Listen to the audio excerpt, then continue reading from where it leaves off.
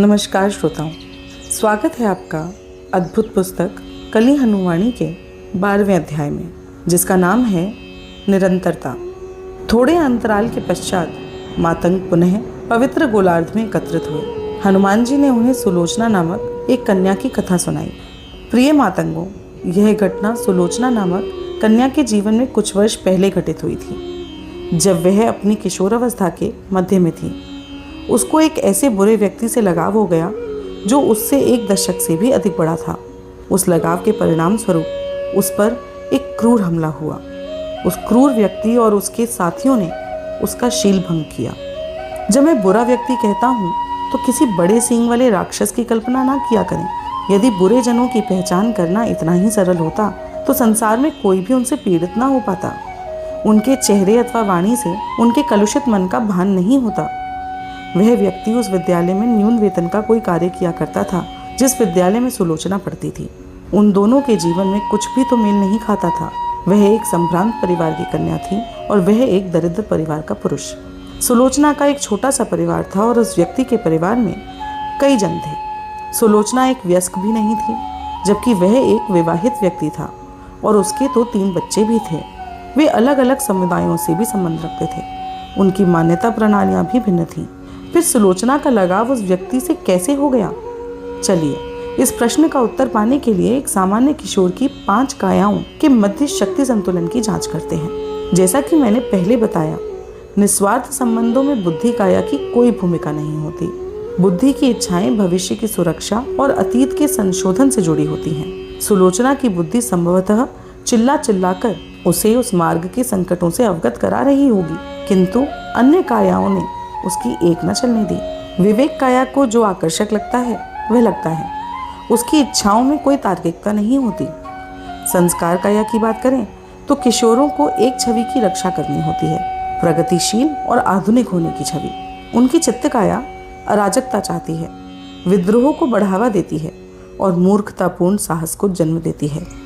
जहाँ तक भौतिक काया का प्रश्न है तो यौवन जीवन में एक नया आयाम खोलता है। भौतिक काया अपने जैसे रूप की अन्य कायाओं को जन्म देने में सक्षम हो जाती है। कुल मिलाकर बात यह है कि किशोरों की बुद्धि काया एक ओर होती है और अन्य 4 कायाएं दूसरी ओर। इसके कारण वे कई बार मूर्खतापूर्ण और लापरवाही से भरा व्यवहार करने लगते हैं। उनकी 5 कायाओं के मध्य शक्ति संतुलन बिगड़ा हुआ होता है, तो भी वे 5 कायाएं मिलकर प्राणघातक और विनाशकारी इच्छाओं को जन्म नहीं देती। आखिरकार सभी कायाओं का इरादा नेक ही होता है। वे तो केवल किरदार को पूर्ण करना चाहती हैं। हानि तो तब शुरू होती है जब उन पर सुरों और असुरों का शासन होने लगता है। यदि सुर और असुर नहीं होते तो काल आकाश के भ्रम से अवगत होना सरल होता। एक बार जब आप अपनी 5 कायाओं की प्रकृति को समझ लेते हैं तो सब कुछ यांत्रिक और पूर्वानुमानित प्रतीत होता है, परंतु सुर और असुर पुनः सब कुछ अनिश्चित बना देते हैं। इसलिए अपनी 5 कायाओं को ही समझना पर्याप्त नहीं है। आपको उन सुरों और असुरों को भी दृष्टिगोचर करना होगा जो आपको इस भ्रम में भटकाए रखते हैं। जैसा कि आप जानते हैं, सुरों और असुरों के पास अपना कोई तन तो होता नहीं। उनका मन भी न्यून होता है, क्योंकि उनकी केवल एक ही इच्छा होती है। सुर जीवन के सकारात्मक रसों का पान करना चाहते हैं और असुर नकारात्मक रसों का। अपनी इच्छाओं को पूरा करने के लिए वे मानव मन में विचार रोपित करके उन पर शासन करने लगते हैं। आपकी भौतिक काया को मीठे पकवान पसंद हो सकते हैं, किंतु यदि आप उनके आदी हैं तो निश्चित ही आपके ऊपर सुरों का शासन है। जब लत आपको हानि पहुंचाने लगती है तो पीड़ा आदि नकारात्मक रस पैदा होते हैं, जिनका पान करने के लिए असुर भी चले आते हैं। एक ओर सकारात्मक रस और दूसरी ओर नकारात्मक रस, एक ओर आनंद तो दूसरी ओर पीड़ा, एक ओर लत तो दूसरी ओर स्वयं को हानि पहुंचाना। ये सब सुरों और असुरों के संक्रमण के स्पष्ट संकेत हैं। सुर और असुर मिलकर एक पाश बना लेते हैं जिसमें आप फंसते चले जाते हैं। भविष्य की चिंता करना आपकी बुद्धि काया की स्वाभाविक प्रवृत्ति है, परंतु तब क्या होता है जब सुर और असुर आपकी बुद्धि काया पर शासन करने लगते हैं? जो होता है वह इस बात पर निर्भर करता है कि सुरों और असुरों में से कौन पहले बुद्धि काया को अपने अधीन करता है। यदि पहले सुर ऐसा करते हैं तो वे आपकी चिंता को भंग करके आपको भविष्य के प्रति बेपरवाह बना देते हैं। जब आप अपने भविष्य की सुरक्षा पर ध्यान केंद्रित करने में अक्षम हो जाते हैं तो हताशा जन्म लेती है, जिसके रस का पान करने के लिए असुर भी आपकी बुद्धि काया पर शासन करने लगते हैं। यदि पहले असुर ऐसा करते हैं तो वे आपकी भविष्य की चिंता को अति चिंता और व्यग्रता में बदल देते हैं और तत्पश्चात अति चिंता से राहत पाने के लिए आप अल्पकालिक सुख में डूब जाते हैं, जिसके कारण सुर भी आपकी बुद्धि काया पर नियंत्रण स्थापित कर लेते हैं। किसी घटना के बारे में अपराध बोध अनुभव करना और उसका निवारण करने का प्रयास करना भी आपकी बुद्धि काया की स्वाभाविक प्रवृत्ति है, परंतु सुर अति कर देते हैं। वे आपके अपराध बोध का निवारण करने के इच्छुक नहीं हैं। वे आपसे धर्म कर्म के कार्य करवाकर आपके अपराध बोध पर आवरण डाल देते हैं और तत्पश्चात जब चाहे उस आवरण को हटाकर आपको चक्र में बांधे रखते हैं। अब आते हैं विवेक काया पर। राग द्वेष सामान्य बात है, परंतु यदि आप कुछ जनों के प्रति जुनून के स्तर पर प्रेमासक्त हैं और दूसरों के प्रति कटु घृणा करते हैं तो निश्चित ही आपकी विवेक काया सुरों और असुरों के अधीन है। सुलोचना की विवेक काया भी अधीन थी। वह नए जनों से मित्रता करती थी और उनसे जुनून और भ्रम के स्तर पर प्रेमासक्त हो गई थी और वह अपने परिवार के सदस्यों से घृणा करने लगी थी। जीवन में नियमितता लाने का प्रयास करना और एक छवि बनाए रखने का प्रयास करना संस्कार काया का स्वभाव है, परंतु किसी छवि को बनाए रखना बहुत चुनौतीपूर्ण है, विशेषकर तब जब छवि बनाए रखने के लिए कठोर जीवन जीने की आवश्यकता होती है। ऐसी छवि को बनाए रखने के लिए बहुत अधिक आत्म अनुशासन और बलिदान की आवश्यकता होती है। कई बार यह दुविधा भी पैदा हो जाती है कि छवि को बनाया जाए या जीवन सरल बनाया जाए। तब सुर और असुर चुपके से आते हैं और आपको एक समाधान सुझाते हैं। केवल दूसरों को दिखाने के लिए छवि के अनुसार व्यवहार करो, अन्यथा मत करो। उदाहरण के लिए, यदि आपकी छवि एक अत्यंत धार्मिक व्यक्ति की है तो आप दूसरों को दिखाने के लिए धार्मिक बने रहेंगे। जब दूसरे ना देख रहे हों तो जैसा चाहेंगे वैसा करेंगे। यह दोहरा जीवन एक ऐसा पाश बन जाता है जिसका आधा भाग आनंद है और आधा भाग पीड़ा। दूसरों के सामने दिखावा करने से आपको जो सम्मान और प्रसन्नता का रस मिलता है उसका पान तो सुर करते हैं और दोहरेपन का जीवन जीने से उत्पन्न हुई आत्मघृणा का कड़वा रस असुर पीते हैं। कभी कभी असुर और सुर आपको एक ऐसी छवि से चिपका देते हैं जो आपके सच्चे स्वभाव से बिल्कुल विपरीत है। उदाहरण के लिए, बचपन में सुलोचना को देवी देवताओं की कहानियां सुनना बहुत पसंद था, किंतु किशोरावस्था में उसने एक उदारपंथी और आधुनिक व्यक्ति की छवि को अपने ऊपर थोप लिया। यह उसकी मूल छवि नहीं थी। जिन व्यक्तियों का मूल स्वभाव उदारपंथी होता है वे अपनी छवि को लेकर असुरक्षित अनुभव नहीं करते। सुलोचना अपनी उदार की छवि को लेकर असुरक्षित थी, इसलिए वह सदा अनुष्ठानों और परंपराओं की खिल्ली उड़ाकर अपनी छवि को शक्तिशाली करने का प्रयास करती। यदि आपने अपने मूल स्वभाव के विपरीत किसी छवि को पकड़ कर रखा है तो ये आपके संस्कार काया के सुरों और असुरों के अधीन होने का ही संकेत है। चित्त काया की बात करें तो जीवन में कुछ हटकर करने की इच्छा स्वाभाविक है। जब आपको लगता है कि आप एक लीक पर चलते जा रहे हैं तब आपकी चित्त काया आपको आपके विश्राम क्षेत्र से बाहर निकालती है और लीक से हटकर राह दिखाती है। इससे जीवन में अनिश्चितता और अराजकता तो आती है, किंतु यह आपके भौतिक जीवन के लिए भी अच्छा है और आध्यात्मिक यात्रा के लिए भी। स्वयं को अनिश्चितता और अराजकता में धकेल देना सरल नहीं होता। सुर और असुर आपको एक सरल विकल्प सुझाते हैं जिससे आप स्वयं को संकट में डाले बिना अराजकता के सुख का आनंद ले सकते हैं। क्यों ना आप अन्य जनों के जीवन में अराजकता पैदा कर दें। आप छल कपट के खेल खेलना शुरू करते हैं। आप व्यक्तियों को वस्तु समझकर उनका उपयोग करना शुरू कर देते हैं। आप अपने आसपास के व्यक्तियों के बीच असम्मति पैदा करने लगते हैं। असुर आपकी चित्त काया के माध्यम से निर्दयता और विकृति का रसपान करने लगते हैं। आप पहले उन व्यक्तियों के जीवन में आग लगाते हैं और तत्पश्चात बुझाने का नाटक भी करते हैं। जब वे आपको भला व्यक्ति समझते हैं तो उसमें एक अलग ही रस आता है जिसका पान सुर करते हैं। सुलोचना की चित्त काया सुरों और असुरों के अधीन नहीं थी। उसके चित्त ने उसे विद्रोही और निर्भीक बनाया, जो एक सीमा तक अहानिकर प्रवृत्तियां हैं, परंतु उसकी अन्य कायाएं अर्थात भौतिक काया, बुद्धि काया, विवेक काया और संस्कार काया सुरों और असुरों से दूषित हो गई थी। उस दुर्भाग्यपूर्ण दिन जब उसने कक्षाएं समाप्त होने के पश्चात उस दुष्ट के साथ जाने का निर्णय किया, तब उसके भले और बुरे के सहज ज्ञान को कौन धूमिल कर रहा था? सुरों और असुरों का झुंड। सुरों और असुरों द्वारा ऐसी भयावह स्थिति को उत्पन्न करना भी एक दुर्लभ घटना ही है। वे किरदार को इस तरह मृत्यु के कगार पर नहीं लाना चाहते। वे चाहते हैं कि किरदार दीर्घकालीन समय तक सकारात्मक और नकारात्मक भावनाओं के रस का स्रोत बना रहे। बस थोड़ी बहुत जागृति आवश्यक थी देवताओं द्वारा हस्तक्षेप करने और उसकी आत्मा को इस भयानक अनुभव से बचाने के लिए। इस घटना से एक दिन पहले मैंने एक पल के लिए उसकी माँ की आत्मा में हल्की सी जागृति देखी। उस पल में मैंने उसके मन में एक विचार रोपित किया जिससे उसे इस घटना का हल्का सा पूर्वाभास हुआ, परंतु पूर्वाभास की वह लहर इतनी शक्तिशाली नहीं थी कि एक साधारण गृहिणी के मन में हर समय उठने वाले विचारों के अंदर से लड़ पाती। वह लहर उसके अन्य विचारों में खोकर रह गई। उसका मन विश्वास नहीं करना चाहता था कि उसकी बेटी ऐसे रास्ते पर भी जा सकती थी।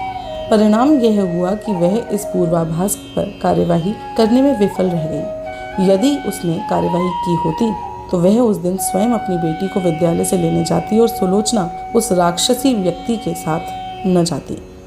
उस दुर्भाग्यपूर्ण दिन भी सुलोचना से जुड़ी सभी आत्माएं मेरी दृष्टि में थीं।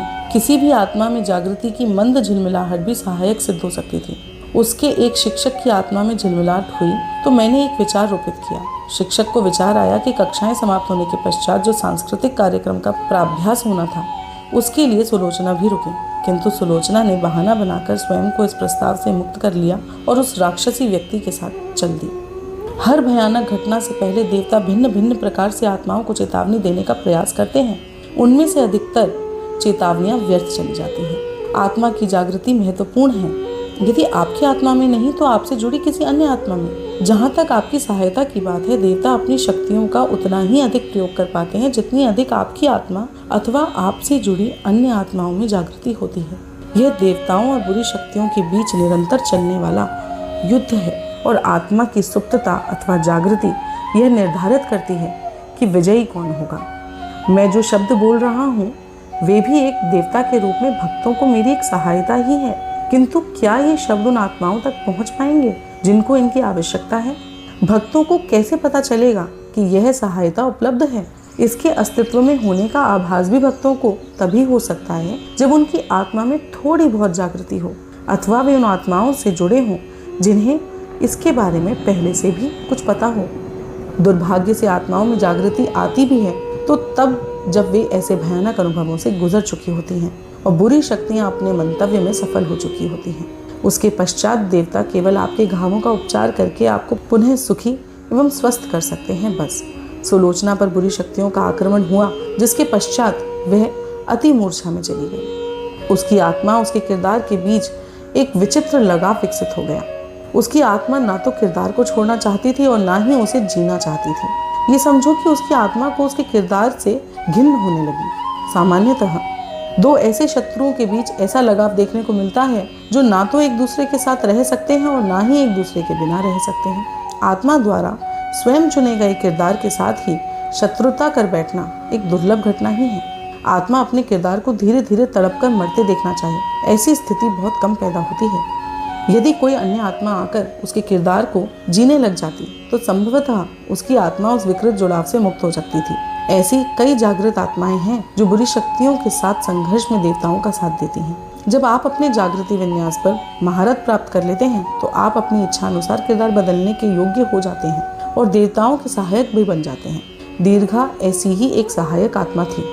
दीर्घा जब सुलोचना के उपचार के कार्य पर लगने वाली थी तब मैंने उसे चेतावनी दी, हे दीर्घा, आप एक ऐसे किरदार से जुड़ने जा रही हैं जो भावनाओं की तीव्र ज्वाला में जल रही है। आप एक ऐसे किरदार को जीने जा रही हैं जो अभी अभी मानव जीवन के सबसे भयानक अनुभव से होकर गुजरी है। इसलिए हो सकता है कि आप उससे जुड़ते ही अपनी जागृति को खो बैठें।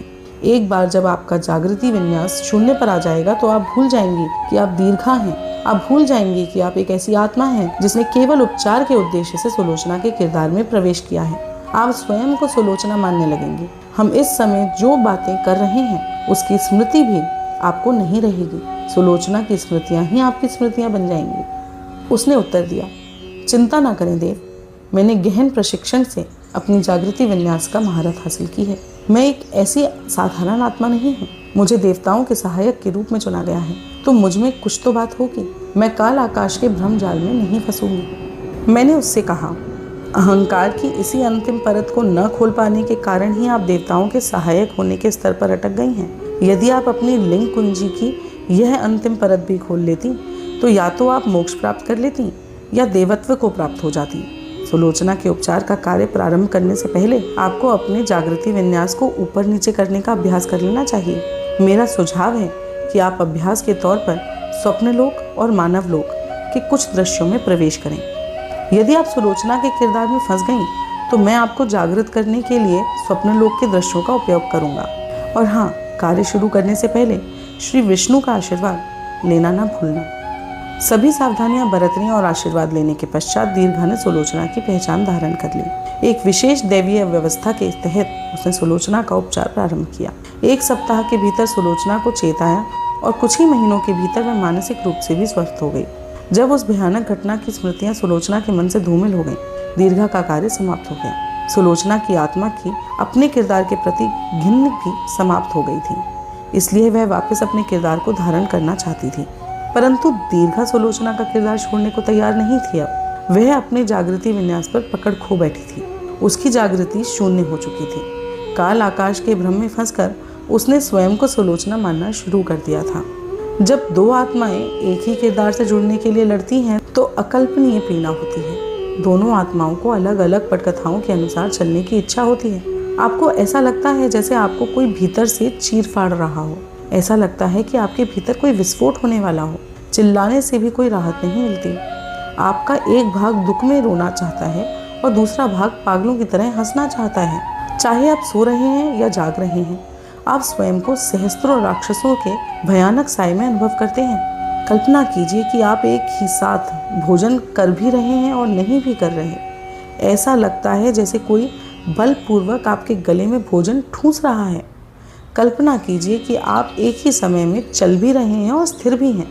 आप अपने तन के भीतर एक भारी चट्टान को अनुभव करते हैं जिसको आप हर जगह घसीटते रहते हैं। कल्पना कीजिए कि आप एक ही समय में श्वास भी ले रहे हैं और आपका दम भी घुट रहा है। ऐसा लगता है जैसे आपकी श्वास नली में वायु नहीं अपितु छोटे छोटे पत्थर के कण प्रवेश कर रहे हैं। अपनी पलकों को हिलाना भी महाभारत जैसा बड़ा लगने लगता है।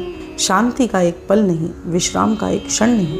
इस भयानक स्थिति से राहत पाने के लिए सुलोचना अपनी मृत्यु की कामना करती थी। ऐसी पीड़ादायक मृत्यु कि उसकी अन्य सभी पीड़ाएं मौनी हो जाएं। वह कल्पना करती थी कि उसे उबलते तेल की कढ़ाई में डाल दिया गया है और उस एक असहाय पीड़ा ने उसको अन्य सभी पीड़ाओं से मुक्त कर दिया है। वह कल्पना करती थी कि एक तेज धार चाकू से उसके तन के सहस्त्र टुकड़े किए जा रहे हैं और उस पीड़ा ने उसे अन्य सभी पीड़ाओं से मुक्त कर दिया है। आप अनुमान लगा सकते हैं कि इतनी भयानक कल्पनाओं का सहारा ले रहा कोई व्यक्ति कितनी अधिक पीड़ा में होगा। आप उन प्रियजनों की पीड़ा का तो अनुमान भी नहीं लगा सकते जो अपने प्रियजन को तिल तिल कर मरते हुए यूं देखते हैं और कोई सहायता भी नहीं कर पाते। कोई भी चिकित्सक इस अवस्था को ठीक नहीं कर सकता क्योंकि समस्या आत्मा में है, भौतिक अथवा मानसिक कायाओं में नहीं। सुलोचना के माता पिता ने सब कुछ करके देख लिया। वे उसे हर उस जगह पर ले गए जहाँ उपचार की उन्हें आशा दिखी। कुछ जन कहते थे कि सुलोचना भूतों के वश में थी, कुछ उसकी पीड़ा को मृत पूर्वजों का प्रकोप मानते थे। कोई यह कल्पना भी नहीं कर सकता था कि सुलोचना की अपनी आत्मा ही अपने तन में पुनः प्रवेश करने के प्रयास में समस्याएं पैदा कर रही थी, क्योंकि उनमें से कोई भी मूल समस्या नहीं जानता था। उनके सुझाए गए समाधान केवल स्थिति को बदतर बनाते जा रहे थे। समाधान था दीर्घा की आत्मा को पुनः जागृत करना ताकि वह सुलोचना के किरदार से अलग हो सके। उसकी जागृति शून्य पर पहुंच गई थी, परंतु वह साधारण आत्मा नहीं थी। उसको यह बोध कराने के लिए कि वह कौन है, जागृति की मात्र एक छोटी सी चिंगारी की आवश्यकता थी। उसे जागृत करने के मेरे अन्य प्रयास असफल हुए तो मैंने एक भिक्षुक के किरदार में सुलोचना के घर जाने का निर्णय किया। मैंने द्वार नहीं खटखटाया, मैं बस जाकर उसके घर के बाहर बैठ गया। 1.5 घंटे पश्चात सुलोचना की माँ ने द्वार खोला और मुझे देखा। मैंने बिना एक शब्द बोले उसको बता दिया कि मैं भूखा हूँ। उसने मुझे भीतर बुलाया और मुझे भोजन परोसा। वह भिक्षुक किरदार अर्थात मैं वास्तव में भूख से मरा जा रहा था। मैंने एक लंबे समय से पका हुआ भोजन नहीं किया था। जब भोजन का पहला निवाला मेरे खाली पेट में पहुंचा तो मेरी आंखों में आंसू आ गए और होठों पर आशीर्वाद। मैंने सुलोचना की माँ को स्वास्थ्य, सुख और समृद्धि का आशीर्वाद दिया। उसने अनुरोध किया कि मैं उसे नहीं अपितु उसकी बेटी अर्थात सुलोचना को आशीर्वाद दूं। रुंधे गले से उसने सुलोचना के साथ हुई घटना का वर्णन किया। आत्महानि तथा दूसरों को हानि पहुंचाने से रोकने के लिए सुलोचना को उसके परिवार वालों ने कक्ष में बंद कर रखा था। द्वार को भीतर से पीटे जाने की दबी हुई ध्वनि मेरे कानों तक पहुंच रही थी। सुलोचना द्वार पीट कर और अपनी माँ से द्वार खोलने की भीख मांग कर थक गई थी। अपना भोजन समाप्त करने के पश्चात मैंने तब तक बाहर ही प्रतीक्षा की जब तक कि द्वार पीटे जाने की ध्वनि आना बंद नहीं हो गई। फिर सुलोचना की माँ और मैं उस कक्ष में गए जो कारागार की तरह लग रहा था, क्योंकि उसमें से सारी वस्तुएं हटा दी गई थी।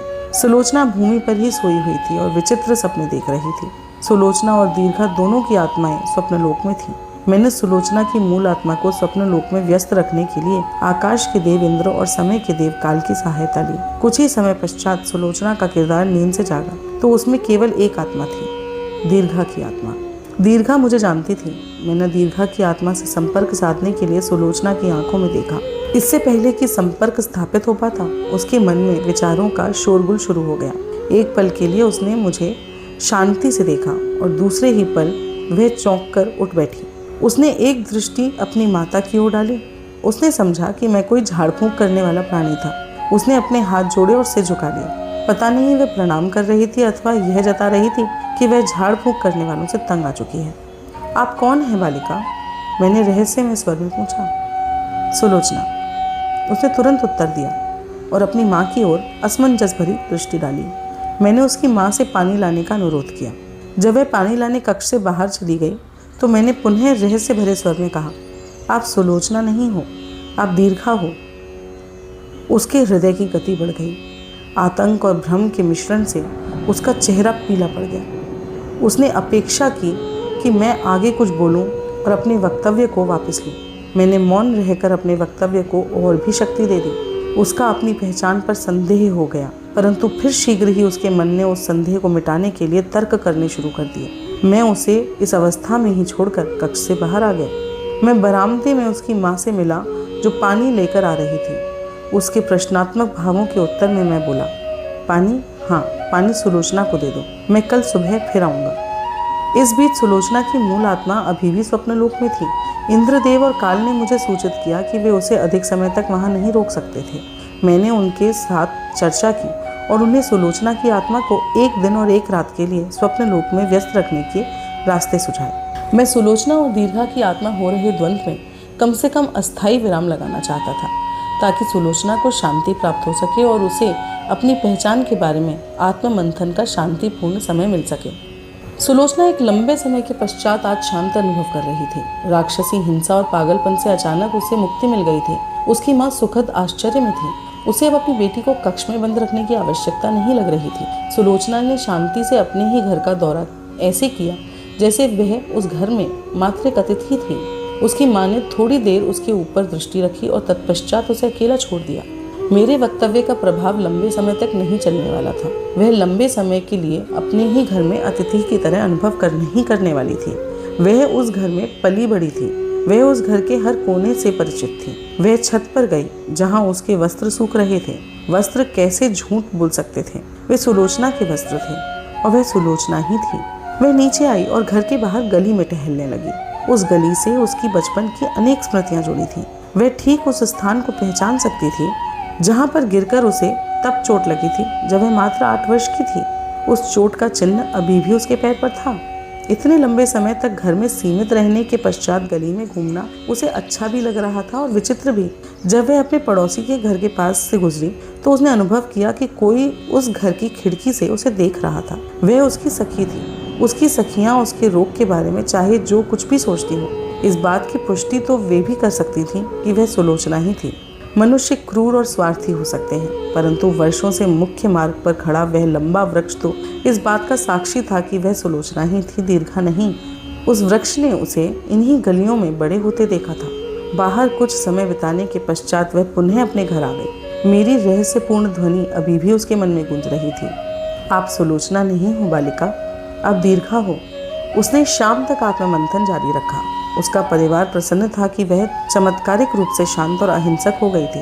वे नहीं जानते थे कि उसकी शांति अस्थायी थी, क्योंकि उसकी मूल आत्मा केवल अस्थायी रूप से स्वप्नलोक में थी। उसकी समस्या का स्थायी समाधान तभी निकल सकता था जब वह मेरी दी गई पहेली को हल कर लेती। उसने जागृति की ओर प्रगति नहीं की थी। रात्रि भोजन के पश्चात जब वह अपनी माँ के साथ अपने कक्ष में अकेली थी, तब वह सुबक सुबक कर रोने लगी। बहाने के लिए उसकी आंखों में अश्रु नहीं बचे थे। उसका गला भी शुष्क था। वह बोली, माँ, मैं थक गई हूँ इन चिकित्सकों और झाड़ फूंक करने वालों से। उनमें से कोई भी मेरी पीड़ा को नहीं समझ सकता। वे मेरी समस्या के बारे में कुछ नहीं जानते। आज जो भिक्षुक आया था वह तो सबसे अधिक मूर्ख था। वह बोला कि मैं सुलोचना नहीं हूँ। ये कैसे संभव है? आपने मुझे जन्म दिया। क्या आपको भी लगता है कि मैं कोई और हूँ, सुलोचना नहीं? ऐसा पीड़ाजनक वक्तव्य कैसे दे सकता है कोई, वह भी एक भगवा वस्त्रधारी? इन व्यक्तियों को किसी के मन के साथ खिलवाड़ करके क्या मिलता है? क्या आपको स्मरण नहीं है कि मैं इसी घर में पली बड़ी हूँ? मैं पहले से ही पीड़ा में हूँ। कृपया मुझे इन व्यक्तियों के माध्यम से और ना सताएं। मैं आपके आगे हाथ जोड़ती हूँ।